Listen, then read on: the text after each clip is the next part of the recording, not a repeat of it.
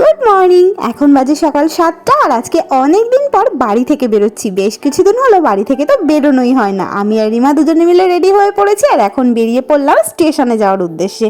কারণ যাচ্ছি আমরা দুজনে একটু রানাঘাটে। আমার কিছু টুকিটাকি কেনাকাটা আছে আর সেই সাথে রিমার কলেজেরও একটু কাজ ছিল।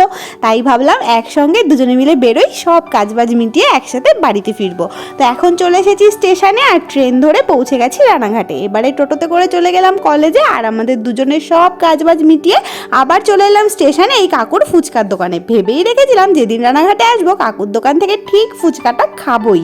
আর আজকে তো জল ফুচকার সাথে একটু দই ফুচকাও খেয়ে নিলাম, বেশ ভালো লাগলো। আর এখন চলে এসেছি আমাদের মাঝের গ্রাম স্টেশনে। এসেই ঢুকে পড়লাম একটা ব্যাগের দোকানে, মায়ের জন্য একটা ব্যাগ নেওয়ার ছিল, তো এখান থেকে একটা ব্যাগ নিয়ে নিলাম। আর আজকে এত গরম পড়েছিল যে রোদ গরমে বাইরে ঘুরে ঘুরে দুজনের অবস্থাই খারাপ, তাই একটু লেবু জল বানিয়ে দিল রিমা। তোমাদের ভিডিওটা কেমন লাগলো অবশ্যই জানিও। চলো বাই।